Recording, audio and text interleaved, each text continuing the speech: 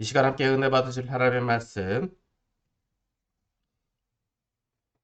야고보서 3장 13절로 18절까지 말씀입니다. 야고보서 3장 13절로 18절까지 말씀. 제가 말씀 봉독해 올립니다. 너희 중에 지혜와 총명이 있는 자가 누구냐? 그는 선행으로 말미암아 지혜의 온유함으로 그 행함을 보일지니라. 그러나 너희 마음속에 독한 시기와 다툼이 있으면 자랑하지 말라. 진리를 거슬러 거짓말하지 말라. 이런 지혜는 위로부터 나오는 것이 아니요 땅 위의 것이요 정욕의 것이요 귀신의 것이니 시기와 다툼이 있는 곳에는 혼란과 모든 악한 일이 있음이라. 오직 위로부터 난 지혜는 첫째 성결하고 다음에 화평하고 관용하고 양순하며 긍휼과 선한 열매가 가득하고 편견과 거짓이 없나니 화평하게 하는 자들은 화평으로 심어 의의 열매를 거두느니라. 아멘. 아멘. 아멘. 할렐루야. 아멘. 오늘도 거룩한 주일 주 앞에 나오신 여러분들을 환영하고 축복합니다. 아멘. 자, 오늘 본문 말씀은 지난주 말씀에 이어서 계속 교회 지도자들에게 주시는 말씀입니다.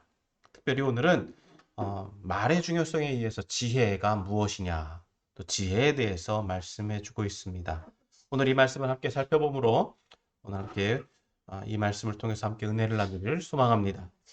오늘 본문 말씀은 크게 세 부분으로 나누어 볼 수 있습니다. 먼저 13절은 지혜란 무엇이냐라고 하는 질문이고, 또 14절에서부터 16절은 부정적인 지혜에 대해서 말씀해 주고 있으며, 또 17절에서 18절은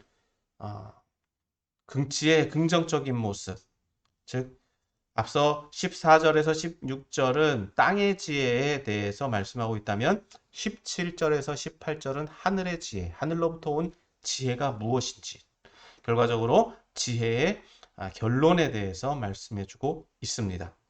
이제 본문의 내용을 좀 더 깊이 살펴보면 먼저 13절 말씀입니다. 13절 같이 말씀 보도록 하겠습니다. 13절 같이 읽습니다. 시작. 너희 중에 지혜와 총명이 있는 자가 누구냐? 그는 선행으로 말미암아 지혜의 온유함으로 그 행함으로 보일지니라. 13절 초반에서 말씀하고 있는 것처럼 너희라고 하는 이 말씀에서 보면 또 수신자가 누구인지를 지목해주고 있습니다. 앞서 즉 말에 대해서 말씀했을 때도 교사들, 교회 지도자들에게 이 말씀을 주는 것이었다라고 한다면 오늘 이 13절부터에 이어진 말씀도 교회 지도자들, 즉 교사들이 그 대상이라고 할 수 있습니다. 그래서 그들에게 요구되어지는 것은 지혜와 총명이라는 것입니다. 자, 지혜와 총명은 무엇으로 밝히 볼 수 있느냐? 지혜와 총명이 있는 것을 어떻게 알 수 있느냐? 오늘 본문 말씀에서 결론적으로 이야기하고 있는 것처럼 그는 선행으로 말미암아 지혜의 온유함으로 그 행함을 보일지니라. 즉 지혜가 있다라고 한다면, 총명이 있다라고 한다면 선행이라고 하는 결과, 즉 행함의 결과물들이 나타난다는 것입니다. 여기서 지혜의 온유함이라는 말은 조금 다소 어색한 표현처럼 보여집니다. 하지만 이 말씀을 좀 더 곱씹어 보면 지혜의 온유함이라고 하는 것은 즉 지혜로움, 즉 온유함이라고 하는 것은 부드러움, 또 친절함, 겸손이라는 의미로 볼 수 있는데 여기서 온유함이라고 하는 것을 볼 때 다소 연약해 보이고 또 약한 의미로 보여집니다. 앞서 말씀드린 것처럼 이 온유함이라고 하는 의미는 신사적이거나 또 겸손하다라고 하는 의미를 가지고 있기 때문입니다. 그렇기 때문에 부드럽다, 부드러운 의미입니다. 그래서 이런 온유함은 극도의 긴장 상태, 또 극도의 어떤 혼란스러운 상태에서도 신사적이고 겸손할 수 있는 상태를 의미합니다. 그런데 이러한 극도의 긴장 상태, 또 예민한 상태, 상황이 안 좋은 상태에서도 이러한 신사적이고 겸손할 수 있다라고 하는 것만 보면 이런 태도를 유지하는 것을 의미한다라고 볼 때 앞서 말씀드린 것처럼 이 온유함이 가지고 있는 부드러움, 이 부드럽다라고 하는 연약해 보인다라고 하는 표현이 다 옳다라고 볼 수는 없다는 것입니다. 그래서 그것은 일부분 온유함이 가지고 있는 단편적인 모습이다. 그래서 지혜와 총명을 소유한 사람들에게서는 어떠한 상황 가운데서도 선행을 행할 수 있고 온유함을 유지할 수 있다라는 거 오늘 야고보는 말하고 있다는 것입니다. 자, 그것이 지혜다라고 한다면 자, 두 번째로 14절에서부터 16절 또 같이 봅니다. 14절에서부터 16절 같이 읽습니다. 시작. 그러나 너희 마음속에 독한 시기와 다툼이 있으면 자랑하지 말라. 진리를 거슬러 거짓말하지 말라. 이러한 지혜는 위로부터 내려온 것이 아니요 땅의 것이요 정욕의 것이요 귀신의 것이니 시기와 다툼이 있는 곳에는 혼란과 모든 악한 일이 있음이라. 자, 앞에서 지혜가 무엇이냐, 지혜 있는 사람 나오라 라고 해서 지혜가 뭐다 라고 대충 큰 포괄적인 의미에서 이야기를 했다라고 한다면 이제 반대로 지혜의 다른 모습에 대해서 이야기를 해주고 있습니다. 자, 지혜의 다른 모습, 어떤 모습이냐? 14절에서 말씀하고 있는 것처럼 독한 시기와 다툼을 이야기합니다.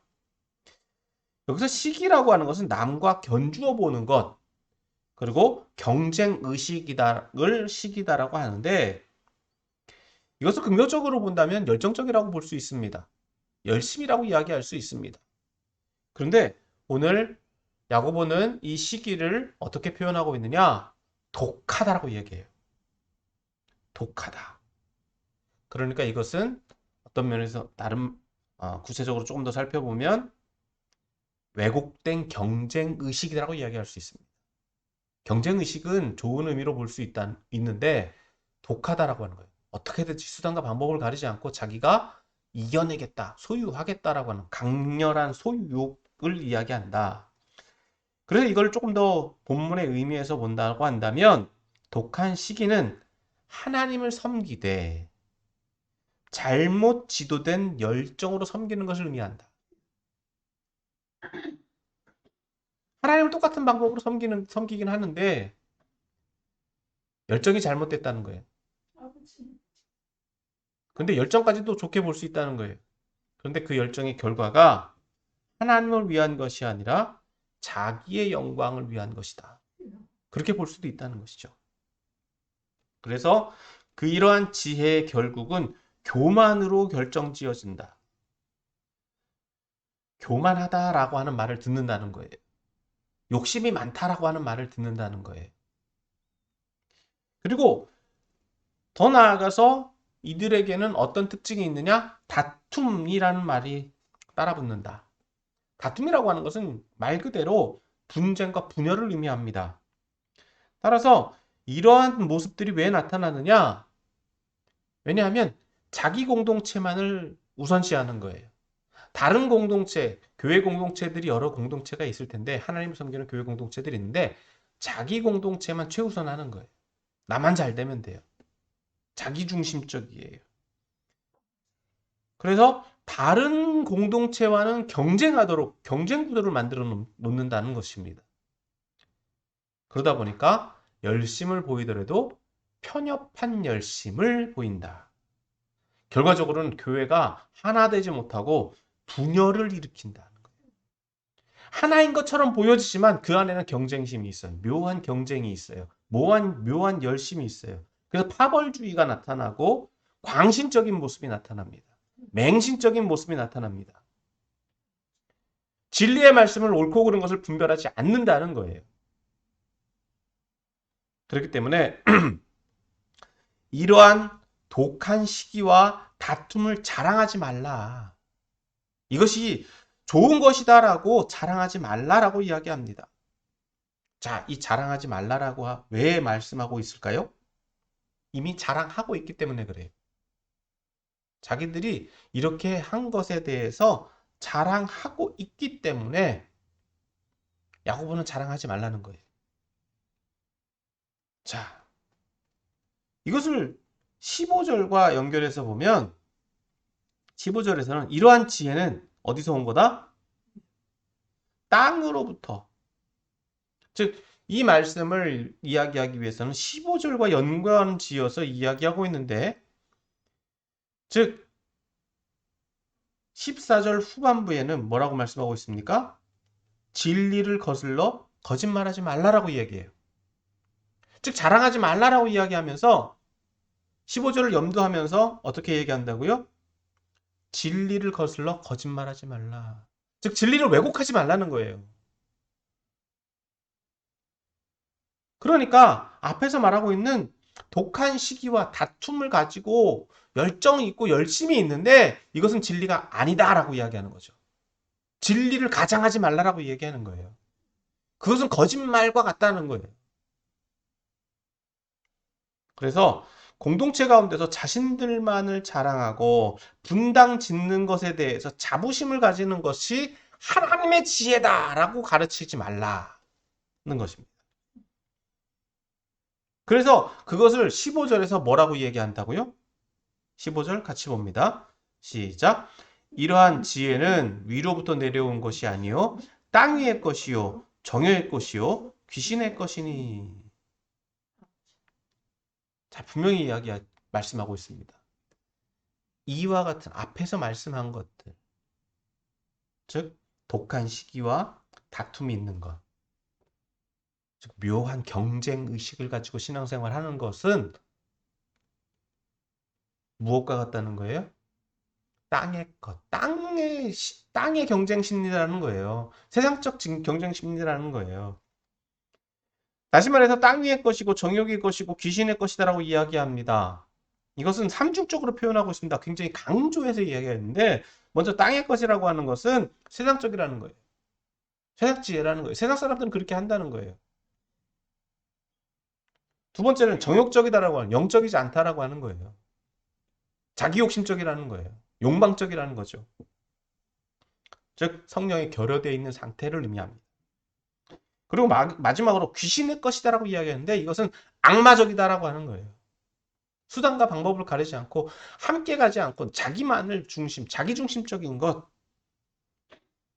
그래서 이것을 좀 정리를 해보면 이러한 지혜는 세속적이고 정욕적이고 악마적이다 라고 말씀하고 있는 것입니다. 그래서 결과적으로 이 사람들의 결론은 무엇이냐? 16절 말씀입니다. 16절 같이 봅니다. 시작. 시기와 다툼이 있는 곳에는 혼란과 모든 악한 일이 있음이라. 다시 말해서 14절에서 말씀하고 있는 것처럼 소위 지혜를 가지고 있다라고 하는데 자기가 지혜롭다라고 자랑을 하는데 결과적으로는 무슨 일들이 그 열매들이 무엇이 나타난다? 계속해서 16절에서 말씀하고 있죠. 혼란함이 있어요. 악한 일들이 끊이지 않아요. 악한 결과들이 나타나요. 왜요? 시기와 다툼이 있으니까. 그걸 조장하니까. 그게 하나님 뜻이라고 가르쳤으니까. 경쟁을 하는데 그것은 선의의 경쟁이 아니라 악한 경쟁이에요. 어떻게든지 이기려고 하고 수단과 방법을 가리지 않고 하니까. 계속해서 무엇이 일어난다고요? 혼란함이 만들어져요. 악한 일들이 끊임이 없어요. 그렇기 때문에 그런 공동체 안에서 이런 분열과 분쟁이 끊임없이 일어난다. 지금 야고보가 이야기하고 있는 이 당시에도 이런 일들이 일어나고 있다는 것입니다. 자, 그럼 이에 반해서 앞서 말씀드린 지혜의 두 번째 모습은 무엇이냐? 17절, 18절입니다. 17절, 18절 같이 봅니다. 시작. 오직 위로부터 난 지혜는 첫째, 성결하고 다음에 화평하고 관용하고 양순하며 긍휼과 선한 열매가 가득하고 편견과 거짓이 없나니 화평하게 하는 자들은 화평으로 심어 의의 열매를 거두느니라. 앞서 14절에서부터 16절이 땅의 지혜, 땅 위에 있는 지혜, 세상 것, 세속적인 것을 말했다라고 한다면 17절, 18절은 위로부터의 지혜, 하늘로부터 오는 지혜에 대해서 말씀하고 있습니다. 그러면 그 지혜의 모습은 무엇이냐? 17절에서 말씀하고 있죠. 첫째는 성결하다라고 이야기합니다. 여기서 성결하다라고 하는 것은 뭐냐? 즉 하나님의 성품을 닮았다는 거예요. 하나님의 성품을 닮았다. 즉 영적이다라고 하는 것이죠. 도덕적으로나 영적으로나 하나님의 성품을 닮아서 그 안에서 자유로움을 느끼는 거예요. 어떤 경직되어 있거나 어떤 군인과 같이 막 그렇게 하는 게 아니라, 물론 그럴 수도 있습니다만 그 안에서 자유함을 누리는 것. 영적으로나 도덕적으로 어떤 경각심 때문에 막 제어받는 느낌이 아니라 그 안에서 성결함, 즉 자유로움을 느끼는 상태를 의미한다는 것입니다. 두 번째 종목은 바로 화평하다라고 하는 것. 즉 앞에서 성결함은 순전함을 의미한다라고 한다면 두 번째는 화평을 의미합니다. 화평하다라고 하는 것은 말 그대로 기뻐한다는 거예요. 샬롬의 의미를 가지고 있습니다. 평화롭다라고 하는 거예요. 왜 평화로우냐? 이 사람들은 관용하고 양순합니다. 관용한다라고 하는 것은 남을 배려하는 걸 의미하죠. 그러니까 어떻게 하라라고 딱 부러지게 하라고 하는 것이 아니라 부드럽게 권면하는 거예요. 하지마! 막 이렇게 막 강력한 명령도 필요할 때도 있습니다만 이 사람들은 남을 이해하려고 해요. 배려하려고 해요. 충분히 이해하려고 합니다. 그렇기 때문에 양순할 수밖에 없어요. 부드러울 수밖에 없어요. 그래서 전투적이지 않아요. 전투적일 필요가 없습니다. 부드럽습니다. 그리고 어떤 성가신 일이 있어도요, 화를 내지 않아요. 화낼 필요가 없습니다. 그리고 어떤 부정적인 거, 불이한 상태에 끌려가려고 하지 않아요. 그런 방법을 생각하지 않습니다. 더 나아가서 이런 사람들은 어떠냐? 어떤 심각한 자신들을 위협하는 어떤 도덕적이거나 또 신학적인 문제가 존재하지 않는 한 다른 사람들을 존중한다는 거예요. 다른 사람들을 배려한다는 거예요. 모든 사람들을 품을 수 있다는 거예요. 그렇기 때문에 그런 사람들, 그런 지혜를 가진 사람들은 어떻게 한다? 선한 열매가 가득하다. 선한 열매가 가득해요. 왜? 네. 오늘 본문 말씀에 이어서 보면 긍휼과 선한 열매가 가득해요. 그러니까 뭘 베풀 수 있습니까? 긍휼을 베풀 수 있어요. 여기서 긍휼이라고 하는 것은 남을 배려하는 마음, 남을 돕는 마음, 동정, 자비를 의미하는데 여기서 긍휼이라고 하는 것은 그냥 마음만 품고 있는 것을 의미하는 것이 아니라 실천적인 행동을 따라가는 것입니다.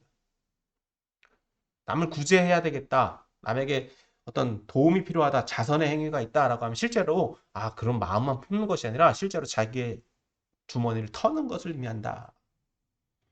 결과적으로 이 사람들은 선한 열매를 가득 맺을 수밖에 없다라고 하는 거예요. 어려운 사람들, 가난한 사람들 실질적으로 돕기 때문에. 그리고 이런 사람들에게 있어서는 뭐가 없다? 편견이 없어요. 선입견이 없어요. 남을 재단하지 않아요. 교회 내에서도 이런 사람들, 저런 사람들을 구분하지 않아요. 그렇기 때문에 자기만의 어떤 위선도 없습니다. 즉 거짓이 없다라고 하는 것은 위선적인 모습이 없다는 거예요. 이런 사람들이 그렇기 때문에 어떤 위선이 없기 때문에 어떤 사람들, 앞서서 말한 사람, 어떤 자기를 조금 위협하거나 어떤 뭐라 그럴까요? 힘들게 하는 어떤 사람들과도 상관없이 믿는 사람이든 안 믿는 사람이든 모든 사람을 아울러서 함께 지내는 사람들이다라고 하는 것입니다. 아멘. 아버지.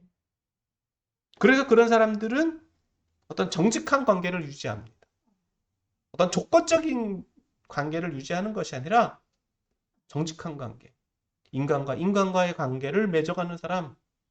신분 구하를 막론하고 누구하고도 친하게 지낼 수 있는 사람이다라고 하는 것입니다.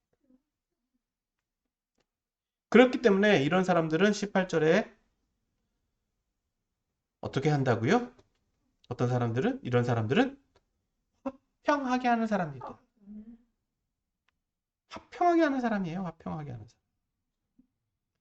그래서 이런 사람들은 화평으로 심어 의의 열매를 거둔다. 여러분 모든 사람들과 친하게 지내고 사이좋게 지내니까 어떻게 된다고요? 기쁨을 줄 수 있는 거예요. 화평을 줄 수 있는 거예요. 평화를 줄 수 있는 거예요. 그래서 화평을 심게 됩니다.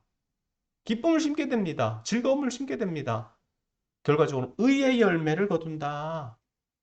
여기서 의의 열매라고 하는 것은 하나님을 기쁘시게 하는 열매라고 말할 수 있습니다. 즉 하나님 말씀대로 사는 사람이다라고 하는 거예요. 하나님 말씀을 실제적으로 적용해서 나만이 아니라 다른 사람들이 알 수 있도록 다른 사람들이 그냥 알아요.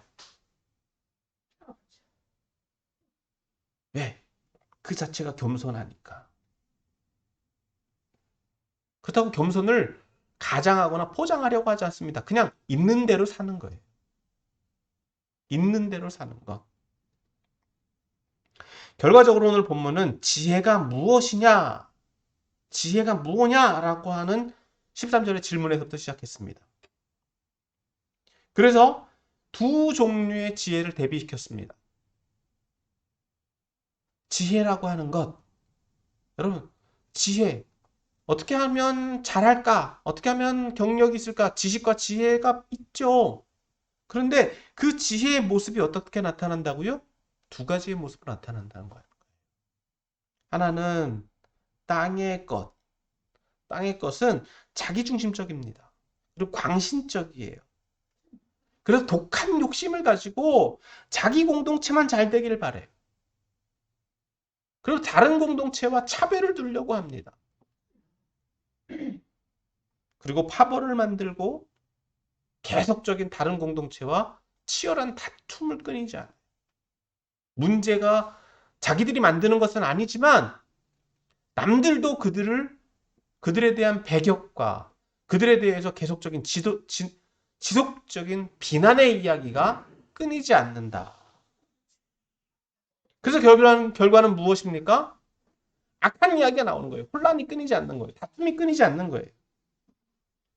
하지만 하늘의 지혜를 소유한 사람, 하늘의 지혜는 무엇을 의미한다? 온유합니다. 굉장히 부드러워 보입니다. 굉장히 약해 보이지만 그들의 삶은 실천적인 삶이라는 거예요. 그들이 마음먹은 대로 하나님의 말씀을 실제로 행하는 삶을 살아간다. 가식이 없다는 거죠. 정직하다라고 하는 거예요. 앞서 땅의 지혜는 그것을 표방하려고 하지만 그것을 위장하려고 하지만 왜곡된 경쟁의식을 가지고 있지만 하늘의 지혜는 그것을 구애받지 않고 자유롭게 살아가는 거예요. 그래서 그들이 추구하는 바는 뭐다? 결과적으로 하나님을 기쁘시게 하는 의의 열매가 맺혀진다. 의의 열매가 맺혀진다. 자, 오늘 이 말씀을 오늘 저와 여러분들에게 적용해 본다면 첫 번째, 오늘 이 말씀 두 종류의 지혜를 먼저 어디에 적용해야 되느냐? 공동체에 적용해 볼 수 있을 것입니다. 공동체. 즉, 교회 공동체에 적용해 볼 수 있습니다. 여러분, 교회 공동체에도요, 동일하게 땅 위의 지혜를 적용할 수 있고 하늘의 지혜를 적용할 수 있다는 거예요. 앞서 말한 것처럼 이 본문의 수신자는 누구라고요? 너희라고 하는 교회 공동체, 교회 지도자들에게 주시는 말씀이에요. 그럼 교회 지도자가 성도들을 그렇게 가르쳐요. 제자들을 그렇게 가르쳐요. 무엇을 가지고? 땅의 지혜를 가지고 가르치느냐, 하늘의 지혜를 가지고 가르치느냐에 따라서 배운 성도들은 그렇게 살아간다는 거예요. 아버지. 자기들은 하늘의 지혜를 가졌다라고 자부하지만 그 열매를 보면 안다는 거예요. 주님. 즉 교회 공동체 안에서 끊임없이 혼란이 있고 다툼이 있다라고 한다면 어떤 지혜가 적용되고 있다? 땅의 지혜가 적용되고 있다는 거예요. 교회 공동체가 하늘의 지혜를 적용한다라고 한다면 그 공동체는 의의 열매를 맺게 돼 있습니다. 아멘. 근데 문제는 오늘날에도 교회가 혼란이 있고 다툼이 끊이지 않다라고 하는 것은 그 교회가 무엇을 적용하고 있다? 땅의 지혜를 적용하고 있다는 거예요. 왜곡되어 있다는 거예요. 문제가 있다는 거예요. 근데 그것을 어디서부터 시작되고 있다? 지도자에게서부터 시작되고 있다는 거예요. 주님. 지도자들이 잘못 가르쳤다는 거예요. 주님. 이것을 조금 더 구체적으로 들어가 보면 지도자들이 그만큼 책임이 있어야 된다라고 하는 거예요. 우리가 지난주에 혀와 말에 대해서 말씀을 나눴잖아요. 아멘. 누구에게부터 누가 굉장히 조심해야 된다? 지도자들이 조심해야 된다. 성도들도 물론 조심해야 되지만 지도자들이 말에 영향력이 있고 지도자들이 그렇게 가르치니까 오늘 본문도 동일하게 적용하고 있습니다. 공동체가 추구하는 가치관, 공동체가 가지고 있는 지혜가 무엇이냐? 중요한 거예요. 왜곡된 경쟁 의식을 가지고 교회가 뭐 자기만 잘 돼야 되겠다, 나만 잘 돼야 되겠다, 우리 교회만 잘 돼야 되겠다라고 한다면 그것 자체가 문제가 있다는 거예요. 그 교회는 땅의 지혜를 적용하고 있는 오늘 본문에서 이야기하고 있는 것처럼 세속적이고 정욕적이고 악마적이다라고 표현하고 있습니다. 하나님의 이름으로 모였다라고 하지만 아버지. 예수님을 섬긴다라고 하지만 지도자가 어떤 가치관을 가지고 있느냐에 따라서 그렇게 바뀐다는 거예요. 그러니까 야고보는 분명하게 이야기합니다. 진리를 거슬러 거짓말하지 말라고 얘기합니다. 하나님의 말씀을 가지고 장난치지 말라는 거예요. 왜곡하지 말라는 거예요. 그리고 우리가 잘 되는 이유가 우리가 이것을 이런 지혜를 적용했기 때문에 잘했다라고 말하지 말라는 거예요. 여러분 교회는 하나님의 교회입니다. 하나님께서 세워가시는 교회입니다. 한 일개 지도자 목사가 세운 교회가 아니라는 거예요. 장로들이 세우는 게 아니라는 거예요. 아멘. 하나님께서 성장시켜서 가시는 거예요. 그렇게 성장을 했다라고 한다면 여러분 그 교회는 의의 열매를 맺어야 돼요. 근데 교회 안에 다툼이 있고 혼란이 있고 문제가 있다라고 한다면 다시 한번 말씀드립니다. 어떤 지혜를 적용하고 있다? 땅의 지혜를 적용하고 있는 세속적인 교회, 정욕적인 교회. 좀 교회에 대해서 이런 말 하기는 굉장히 저도 두렵습니다만 오늘 야고보의 표현을 빌려서 얘기합니다. 마귀적인 교회라고 얘기하는 거예요. 여러분 이단만 그렇게 치부해서는 안 됩니다. 우리가 우리 스스로 돌이켜 봐야 돼요. 아멘. 공동체가 가지고 있는 의식이 무엇인지를 돌이켜 볼 수 있어야 된다.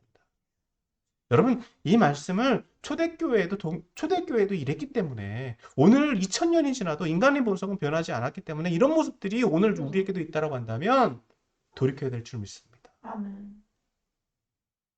여러분 비단 우리 주변에 이런 교회들이 있다고 하더라도요. 여러분 좀 이따가도 말씀드리겠지만 우리가 그들을 비난할 필요는 없습니다.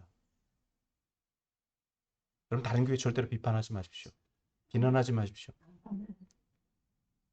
그들을 안타까워할 필요는 있지만 그들을 비난할 책임, 권한 우리에게는 없습니다. 안타까운 거예요. 아버지. 여러분 교회가 세속적일 수 있다라고 하는 것 이미 야고보가 그것을 지적하고 있어요. 다시 말해서 교회 안에서 조금 더 적용해 보면 교회 안에서도 서열을 뭐 정리하고 늘 말씀드리잖아요. 내가 뭐 20년 됐는데 30년 됐는데 우리는 3대째네 5대째네 그런 거 물론 중요할 수 있습니다. 그러나 그것이 자랑이 된다 안 된다. 여러분 그렇다라고 한다면 그만큼 잘해야 돼요. 그만큼 잘해야 돼요. 그것을 자랑 삼으려면. 주여. 더 모범이 돼야 되고 더 잘해야 돼요. 굳이 말하지 않아도 하나님 나라 가면 다 똑같아요. 그건 자랑거리가 될 수 없어요. 그럴 때는 오늘 본문을 조금 더 적용해 보면 교회는 의의 열매를 맺어야 된다. 의의 열매를 맺어야 된다. 즉 무엇을 심어야 됩니까? 화평으로 심어야 돼요. 화평이라고 하는 건 앞서 말씀드렸잖아요. 기뻐하게 만드는 거예요. 세상에 기쁨을 줄 수 있어야 되잖아요. 그럼 교회가 세상에 어떻게 기쁨을 줄 수 있겠습니까? 뭐 연예인 불러가지고 뭐 해야 될까요? 뭐 맨날 음악 해야 될까요? 뭐 사람들을 막 뭔가 즐거움 주기 위한 세속적인 즐거움을 줘야 될까요? 여러분 교회의 역할은 딱 하나예요. 구원. 예수 그리스도의 복음을 통해서 이 땅에서의 삶이 끝이 아니라 영원한 하나님께서 통치하시는 하나님 나라가 있다고 하는 천국 소망을 보여주는 것. 아멘. 그것이 참된 기쁨인 줄 믿습니다. 아멘. 그것을 감당해 나갈 수 있는 게 교회예요. 그게 진짜 즐거움이에요. 그로 말미암아서 세상적인 의의 열매를 맺는 거예요. 옆 세상에서 힘들고 지쳐 방황하고 차별받고 무시당하는 사람들이 교회 와갖고 인정받고 대접받는 거예요. 아멘. 그게 교회예요. 다시 말해서 하나님 나라 가면 다 똑같거든요. 그것을 어디서부터 체험하는 거다? 교회 공동체에서부터 체험하는 거예요. 근데 여전히 앞서 말씀드렸지만 교회 왔는데 세상에서 무시당하고 세상에서 막 지탄받고 하는데 교회 와도 똑같아. 교회 와도 똑같아. 밖에서 혼났는데 교회에서도 혼나. 누가 교회 오겠습니까? 이래서 안 돼, 저래서 안 돼, 재단하고 따지고 누가 교회 오겠습니까? 여러분, 우리는 비판하는 자가 아니라 품을 수 있어야 돼. 물론 힘들죠. 왜? 우리가 가지고 있는 가치관 때문에. 그러나 교회는요, 사람의 개인의 것이 아니라 누구의 것이라고요? 하나님의 것이에요. 그게 명확하게 가지고 있어요. 명확하게 가지고 있어야 돼. 현대교회는 예전 교회와 비교할 때 많이 닫혀 있습니다.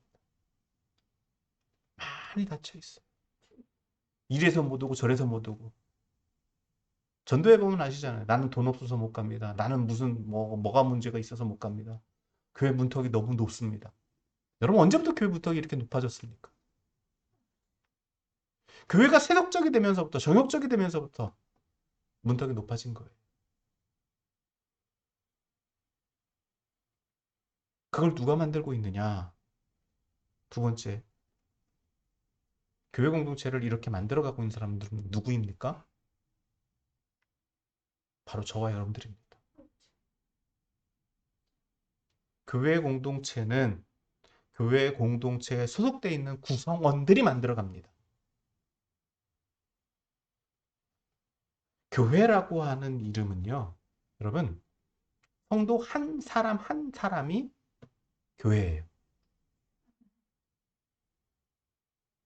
목사, 장로, 어떤 직분 가진 사람들이 교회가 아니라 성도 한 사람 한 사람이 교회예요. 목사도 성도고요, 장로도 성도예요. 예수 그리스도의 이름으로 모인 사람들이 다 성도예요. 나는 뭐 성경 뭐 몇 번 안 읽었는데요, 모르는데요. 여러분 그게 중요하지 않습니다.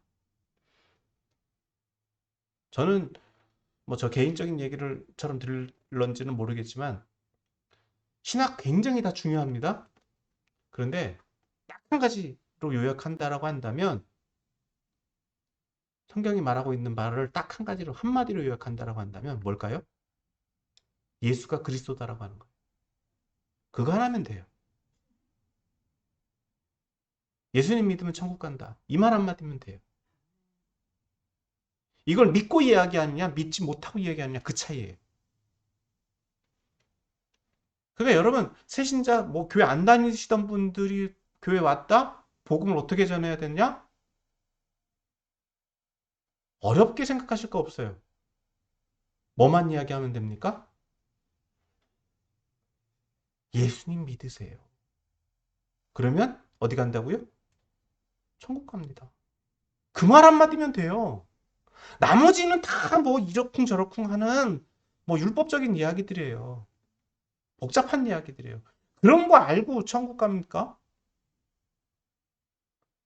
뭐 나는 담배 펴갖고 못하고, 우린 제사 지내서 못하고요. 우리 아버지 뭐 어디 절에 딱 모셔가지고 못하고.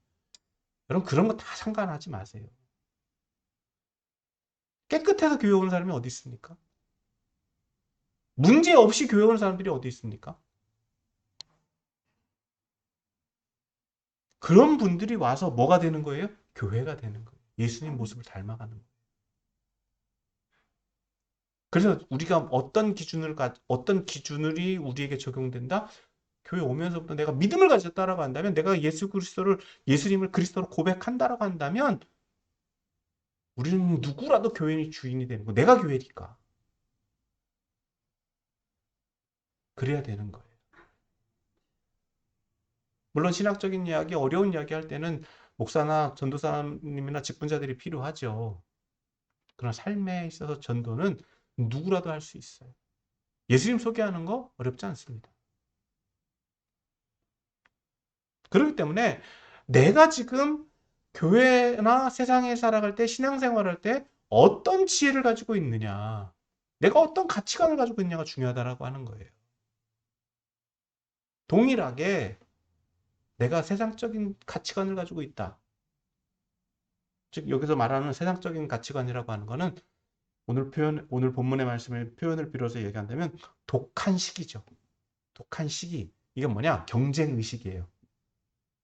네, 2000년 전이나 지금 현대 오늘 저와 여러분들의 시대나 똑같아요. 1등 아니면 안 된다라고 하는 1등 지상주의. 네, 1등 지상주의. 큰 교회 아니면 안 된다라고 하는. 여러분 그런 거 여러분 그때나 지금이나 똑같이 적용되고 있다는 거예요. 그런데 그거는 오늘 본문에서 뭐라고 얘기한다고요? 세상적이다라고. 정욕적이다라고 얘기하는 거예요. 그 생각이 내 안에 차 있느냐? 아니면 하나님이 주신 지혜를 가지고 있느냐는 거예요. 앞서 말씀드렸죠. 하나님이 주신 지혜, 뭐 어떤 거예요? 성결하고 화평하고 관용하고 양순하고 긍휼하고 선한 열매가 가득하고 편견과 거짓이 없는 것. 이게 뭐냐? 바울도 똑같이 얘기해요. 이건 뭐예요? 성령의 열매를 맺는 거예요. 성령의 충만함을 가지고 있다라고 하는 거. 하나님의 은혜 안에 푹 빠져 있는 사람은 이런 지혜를 가지고 있고, 바울의 표현에 의하면 성령의 충만함을 가지고 있다라고 표현. 여러분 다시 말해서 야고보가 이야기하는 하나님이 다르고 바울이 이야기하는 하나님이 다르다? 예수님이 다르다? 성령이 다르다? 아니라는 거죠. 뭐라고요? 똑같다는 거예요. 표현만 조금 다르지 똑같아요. 똑같은 이야기를 하고 있습니다. 굳이 우리가 구분하고 있기 때문에 그렇게 달리 보여지는 거지 똑같아요. 성령께서 지혜롭게 하세요. 성령께서 깨닫게 하세요. 그러니까 바울이 표현한 성령의 열매, 오늘 야고보가 이야기하고 있는 지혜, 뭐라고요? 똑같은 표현으로 볼 수 있다. 그러면 사랑하는 성도 여러분 우리가 하늘의 지혜를 품어야 될 줄 믿습니다. 말씀을 정리합니다. 오늘날의 교회들이 참 많이 있습니다. 무엇보다도 오늘 저와 여러분들이 먼저 교회인 줄 믿으시길 바랍니다. 아멘. 그리고 무엇보다도 내가 속해 있는 교회 공동체가 어떤 공동체의 어떤 가치관을 가지고 있는지 분별해 보시길 바랍니다. 교회라고 해서 오늘날 많은 교회들이 왜곡된 가치관을 적용하고 있으면서도 그걸 모르는 교회들이 많이 있어요. 세상적인 어떤 경영 방식이나 세상적인 지혜를 똑같이 교회에 적용해 갖고 그렇게 적용해서 막 운영하려고 하는 운영의 묘를 적용하기도 합니다. 물론 무조건 그것이 잘못됐다는 건 아니에요. 그러나 자칫 그러다 보면 어떻게 해요? 세속적이 될 수 있고 정욕적이 될 수 있어. 그래서 결과적으로는 지속적으로 혼란이 끊이지 않고 다툼이 끊이지 않아서 세상에서 지탄을 받게 돼요. 그러나 교회의 목표는 하나님이 만들어 놓으신 교회의 목표는 뭐라고요? 하나님께서 세우신 교회는 화평한 교회. 아멘. 아멘. 누구라도 와서 위로받고 평강을 누릴 수 있는 교회. 누구와 와도 회복되는 곳이에요. 그리고 우리가 그것을 품을 수 있을 정도가 돼야 돼요. 쉽지 않습니다. 제가 쉽다고 말씀드리는 게 아니에요. 쉽지 않아요. 그러나 우리가 그 정도까지 품을 수 있는 목표, 교회 공동체가 돼야 되고 저와 여러분들이 될 때 화평으로 심어서 의의 열매를 맺고 하나님을 영광 돌리는 하나님의 영광이 나타나는 교회가 되는 줄 믿으시고 그런 성도들이 되시기를 예수님의 이름으로 간절히 축원합니다.